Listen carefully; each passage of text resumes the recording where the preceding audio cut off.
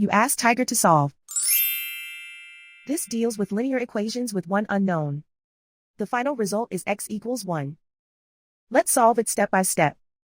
Simplify the expression. Expand the parentheses. Simplify the arithmetic. Group like terms. Combine like terms. Group all constants on the right side of the equation. Subtract 12 from both sides. Simplify the arithmetic.